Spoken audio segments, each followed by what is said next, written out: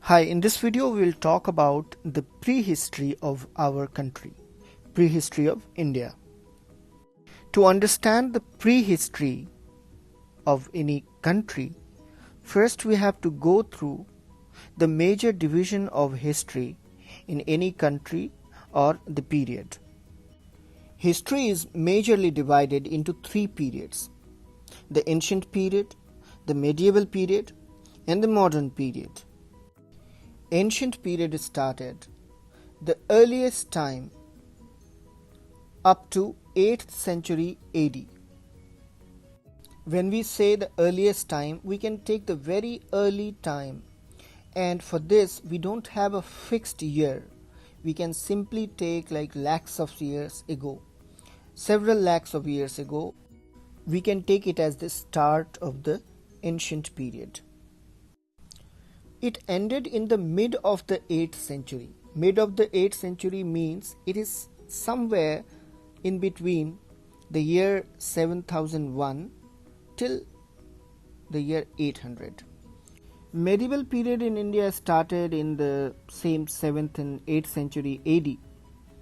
But a very clear reference in the history is that when India was attacked by Mahmud of Ghazni, actually that year is taken as the start of the medieval period. The start of the medieval period can also be taken as the establishment of the Delhi Sultanate. So attack of Mahmud Ghazni and the establishment of Delhi Sultanate together can be considered as the beginning of the medieval period, and it ended when the modern period started. The modern period started with the Battle of Plassey in 1756. That was the year of, or that can be taken as the decline of the Mughal Empire. Modern period, the end date of modern period is nothing, because we are keep on adding to the history. Today will also become history tomorrow.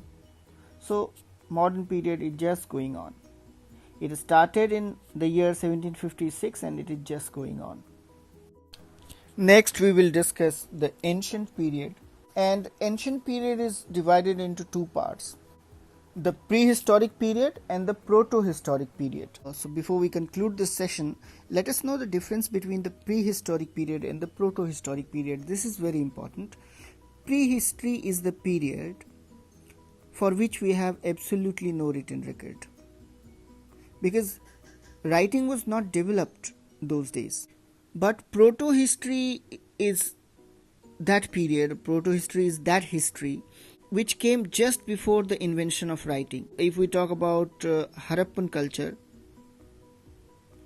so Harappan culture came just before the invention of writing, or maybe some form of writing was there which we have not deciphered yet. What we get from these cultures are the coins, and something is written over those coins. We cannot actually identify what is written over it, or some figures are there, we can identify those figures, but it came just before the writing. But when we talk about the prehistory, we did not find any coin, but we find the tools and other things. Absolutely no written record was found for the prehistoric period. But for the protohistoric period, we have some form of writing present, but not by the same society. Suppose we're talking about the Harappan culture. Some other culture has written about the Harappan culture, but Harappan culture himself did not write about it, because writing was not yet into practice, because it came just before the culture of writing. They started with something. Maybe they started with the coin system and they put some figure over it. It just got started. When the prehistory ended, because prehistory is the time for which we have absolutely no written record, nothing can be talked about how people used to write or something like that, because writing was not developed. From that period till the period when writing was invented, there is a gap. That gap is the proto-history. So that's it for now, and in the next lecture we'll talk about the prehistory or the prehistoric period, which is again divided into 3 parts. Thanks for watching.